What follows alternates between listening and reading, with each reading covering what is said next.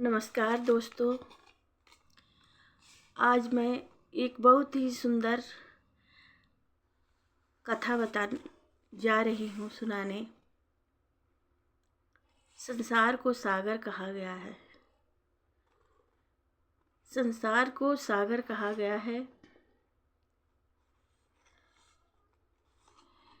इसी पर एक कथा सुनाने जा रही हूँ। बहुत ही सुंदर कथा है, सुनिए। संसार को सागर कहा गया है। इसमें कई कुटुंब रूपी नौकाएं परिवारों को इस पार से उस पार ले जाने में लगी हैं। सागर में हिलोरे आते, लहरें आते, तूफान भी आते, नौकाएं उलटती पलटती भी है। ऐसे मोह में बंधे होने के कारण मनुष्य कष्ट झेलते हैं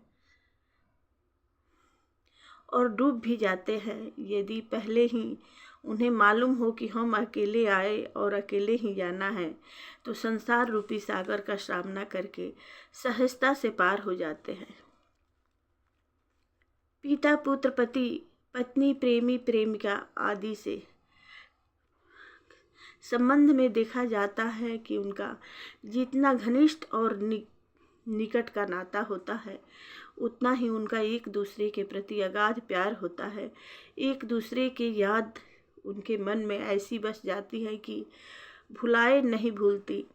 जैसे कोई प्रेमी व्यक्ति सोचता है कि मैं दफ्तर से छुट्टी पाऊँ तो जाकर अपने प्रेमिका से मिलूं। स्कूल में पढ़ने वाला बच्चा भी यही सोचता है कि छुट्टी हो और हम अपने माता पिता, भाई बहन से मिलूं।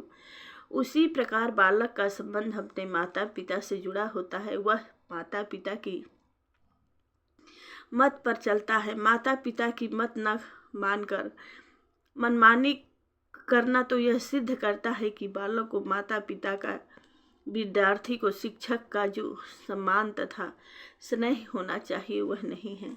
अति शारीरिक संबंध भले ही हो, उसका हार्दिक अथवा मानसिक संबंध नहीं है। जहाँ कीचड़ होता है वहाँ कीड़े पैदा होते हैं। ऐसे ही हमारे अंदर थोड़ा भी कीचड़ होगा तो बीमारी पैदा करेगा। इसलिए अंदर बाहर सफाई रखो। ईश्वरीय फायदे प्रमाण चलो तो सब ठीक है। कोई बात पकड़ कर रखी तो कर्म बंधन पड़ गया। जैसे लोगों को मानसिक टोकरी में नाना प्रकार की चिंताएं, अति व्यर्थ संकल्प रूपी कूड़ा भर जाने से मस्तक भारी हो जाता है। व्यर्थ चिंताएं आदि से मस्तिष्क बोझिल हो जाता है। जैसे हम लाठी हाथ में पकड़े रहेंगे तो मेरे हाथ भी उन्हीं में फंसा रहेगा। यदि लाठी छोड़ देंगे तो लाठी भूमि पर गिर जाएगा और हाथ का बोझ खत्म हो जाएगा। इसी प्रकार आप अपने मस्तिष्क के टोकरी में भरे व्यर्थ के संकल्प रूपी कीचड़ को निकाल चिंता मुक्त बने। यह है अपने मस्तक के तनाव कम करने का साधन।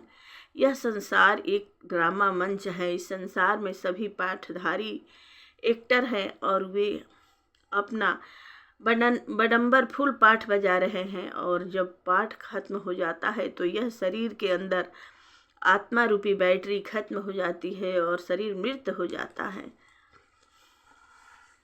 प्रेम से बोलिए राधे राधे, जय श्री कृष्णा। अच्छा लगे तो कमेंट में राधे राधे करना, लिखना। जय श्री राम।